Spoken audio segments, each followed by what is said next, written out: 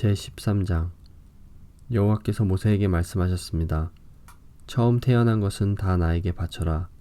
사람이든 짐승이든 이스라엘에서 처음으로 태어난 것은 다 내 것이다. 모세가 백성에게 말했습니다. 여러분이 이집트를 떠난 이날을 기억하십시오. 여러분은 그 땅에서 종이었습니다. 여호와께서는 크신 능력으로 여러분을 그 땅에서 인도해내셨습니다. 누룩을 넣어 만든 빵을 먹으면 안 됩니다.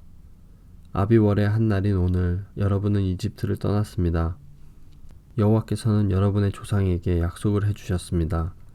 그분께서는 여러분에게 가나안 사람과 헷 사람과 아모리 사람과 히위 사람과 여부스 사람들의 땅을 주시기로 약속하셨습니다. 그분께서는 여러분을 매우 비옥한 땅으로 인도하실 것입니다. 그곳에 이르거든 여러분은 해마다 첫째 달에 이 절기를 지켜야 합니다. 여러분은 7일 동안 무교병을 먹어야 합니다.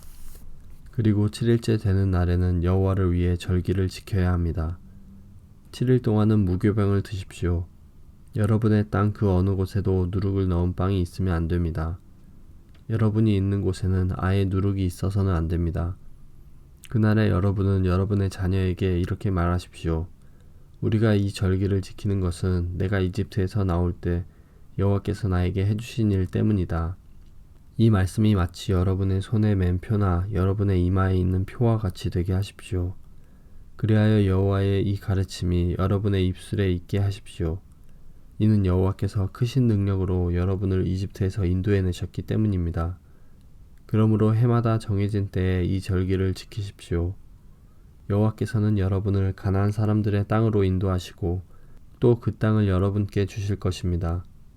여호와께서 여러분과 여러분의 조상들에게 주시기로 약속하신 그 땅에 들어가려면 여러분은 처음 태어난 것을 다 여호와께 바쳐야 합니다. 짐승들의 처음 태어난 것들도 다 여호와께 바쳐야 합니다. 처음 태어난 모든 나귀는 양으로 대신해서 바칠 수 있습니다. 나귀 대신 양을 바치기가 싫으면 나귀의 목을 꺾으십시오. 여러분의 자녀 중에서 맏아들은 다른 것으로 대신해서 바쳐야 합니다. 장차 여러분의 자녀들이 왜 이런 일을 하는 것입니까? 하고 묻거든 여호와께서 그 크신 능력으로 우리가 종으로 있었던 이집트 땅에서 우리를 인도해내셨다. 파라오가 고집을 부리며 우리를 내보내려 하지 않았을 때 여호와께서는 사람이든 짐승이든 이집트 땅에 처음 태어난 것을 다 죽이셨다. 그래서 내가 처음 태어난 모든 수컷을 여호와께 바치는 것이다.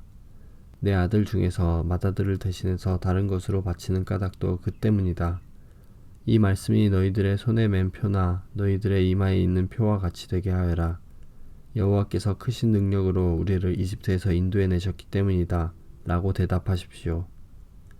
파라오가 이스라엘 백성을 내보냈습니다. 이스라엘 백성이 이집트에서 나올 때 하나님께서는 이스라엘 백성이 블레셋 사람들의 땅을 통과하여 가깝게 갈 수 있도록 하지 않으셨습니다. 왜냐하면 하나님께서 이 백성이 전쟁을 보면 마음을 바꾸어 이집트로 돌아가자고 할 것이다 라고 말씀하셨기 때문입니다. 그래서 하나님께서는 이스라엘 백성을 홍해 쪽의 광야로 인도하셨습니다. 이스라엘 백성은 이집트 땅에서 나올 때 전투대열을 지어 나왔습니다. 모세는 요셉의 유골을 가지고 나왔습니다. 요셉이 죽기 전에 이스라엘의 아들들에게 하나님께서 너희를 구해주시면 잊지 말고 내 유골도 이집트에서 가지고 나가다오 라고 말하면서 그들에게 그렇게 하겠다고 맹세를 시킨 일이 있었기 때문입니다. 이스라엘 백성은 숫곳을 떠나 에담의 진을 쳤습니다. 에담은 광야의 끝에 있었습니다. 여호와께서는 이스라엘 백성에게 길을 가르쳐 주셨습니다. 낮에는 구름 기둥으로 인도하셨고 밤에는 불 기둥으로 불을 밝히시면서 인도하셨습니다. 그래서 이스라엘 백성은 밤낮으로 갈 수 있었습니다. 낮에는 구름 기둥이 밤에는 불 기둥이 이스라엘 백성을 떠나지 않았습니다.